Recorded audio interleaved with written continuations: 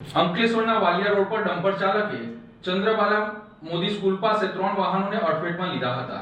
અકસ્માત સર્જાતા વાહનોની લાંબી કતારો લાગી હતી. અંકલેશ્વર વાલિયા રોડ પર આવેલી ચંદ્રબાલા મોદી સ્કૂલ પાસે આજે એક ગંભીર અકસ્માતની ઘટના બની હતી, જેમાં એક બેફામ ગતિએ આવી રહેલા ડમ્પર ચાલકે માર્ગ પરથી પસાર થયેલા અન્ય 3 વાહનોને અડફેટે લીધા હતા. ડમ્પર ચાલકે અચાનક સ્ટીયરિંગ પરનો કાબુ ગુમાવતા સામેથી આવી રહેલા વાહનો સાથે ધડાકાભેર અથડામણ થઈ હતી, જેના કારણે ઘટના સ્થળે લોકોના ટોળા ઉમટી પડ્યા હતા. આ અકસ્માતમાં 3 વાહનોને વ્યાપક નુકસાન પહોંચ્યું હતું અને વાહન ચાલકોને નાની મોટી ઈજાઓ થતા તેઓને તાત્કાલિક સારવાર અર્થે હોસ્પિટલ ખસેડવામાં આવ્યા હતા. શાળાના સમય દરમિયાન જ આ પ્રકારની ઘટના બનતા વાલીઓ અને સ્થાનિક રહીશોમાં ભારે રોષ જોવા મળ્યો હતો.